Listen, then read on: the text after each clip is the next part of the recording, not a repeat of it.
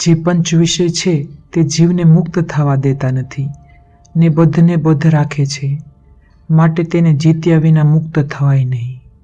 અને આત્મજ્ઞાન તથા વૈરાગ્યદિક સર્વે સાધન છે તે મહાત્મ્ય સહિત જે ભક્તિ તેને અર્થે છે ને ત્યાગ તો તેનું નામ જે ઇન્દ્રલોકને પામીને પણ બંધાય નહીં ને પાછો નિસરી આવે તેને કહીએ.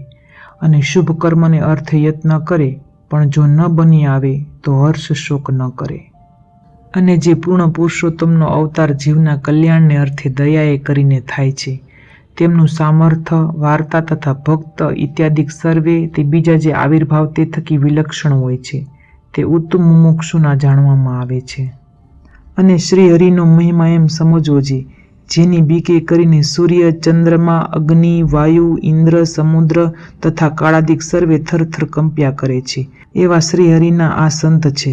એવું મહિમા અંતકરણમાં સદાય વર્ત્યા કરે તો માન ન આવે તથા જડ ભરત નારદ શુકાદિકના માર્ગમાં રહ્યા છીએ એમ સમજે તો પણ માન ન આવે ને લોભ કામાદિકના સ્વાર્થને અર્થે પણ સર્વ મનુષ્ય માનને મૂકી દઈએ છે તો કલ્યાણને અર્થે માનને મૂકી દઈએ એમાં શું કહેવું?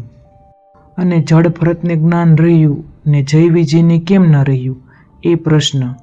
તેનો ઉત્તર છે જય વિજયની મતિ શાપિત હતી માટે તેને જન્માંતરને વિશે જ્ઞાન ન રહ્યું ને જડ ભરતની મતિ શાપિત ન હતી માટે તેને જ્ઞાન જન્માંતરને વિશે પણ રહ્યું.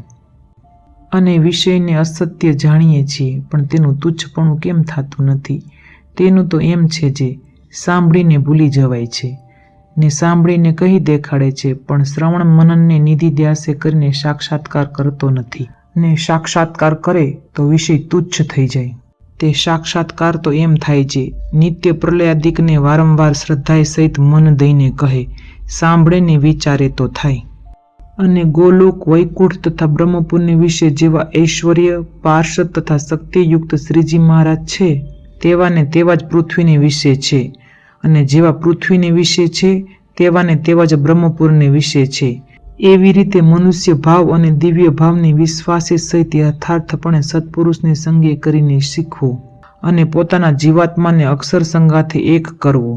અને જેમ પાયો કાચો હોય તો તે ઉપર ઇમારત થાય નહીં તેમ જેટલી સમજવામાં કાચપ રહેશે તેટલી દેહ મૂક્યા પછી નડશે એ વાત સત્ય છે.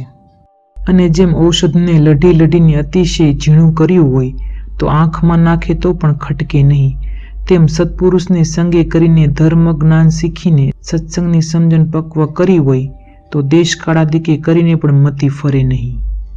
અને મુક્ત બુદ્ધિ શીખવી તે શી? તો જે બુદ્ધિએ કરીને પંચ વિષયને વિશે બંધાવાય નહીં તેને મુક્ત બુદ્ધિ કહીએ.